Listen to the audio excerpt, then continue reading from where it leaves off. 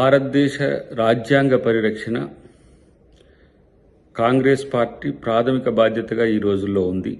BJP సామ్రాజ్యవాద దృక్పథం, BJP రాజకీయ స్వార్థం ఈరోజు బీజేపీని పతనం వైపు నెడుతున్న పరిస్థితి. రాజ్యాంగ వ్యతిరేక శక్తిగా ఈరోజు బీజేపీ అవతరించడం అనేది చాలా ప్రమాదకరమైన అంశం.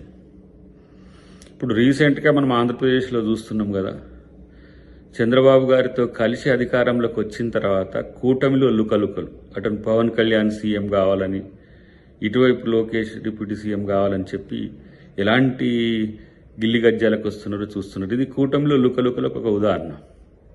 సో చంద్రబాబుతో కయ్యం అనేది టోటల్గా బీజేపీ ప్రభుత్వం యొక్క ఉనికికే ప్రమాదం అని తెలిసిన తర్వాత తగ్గుతున్న పరిస్థితి ఉన్నప్పటికీ కూడా పవన్ కళ్యాణ్తో తను ముందుకు వెళ్ళి ఏ విధంగా టీడీపీని పక్కన నెట్టాలనే వ్యూహం నిరంతరం ఆలోచిస్తూనే ఉంటుంది.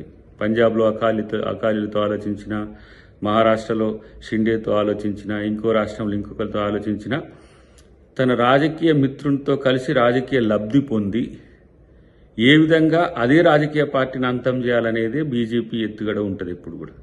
కాబట్టి వాళ్ళు జాగ్రత్తగానే ఉన్నారు. ఇప్పుడు బీజేపీకి ఆ ప్రమాదం కూడా భవిష్యత్తులో ఉంటుంది.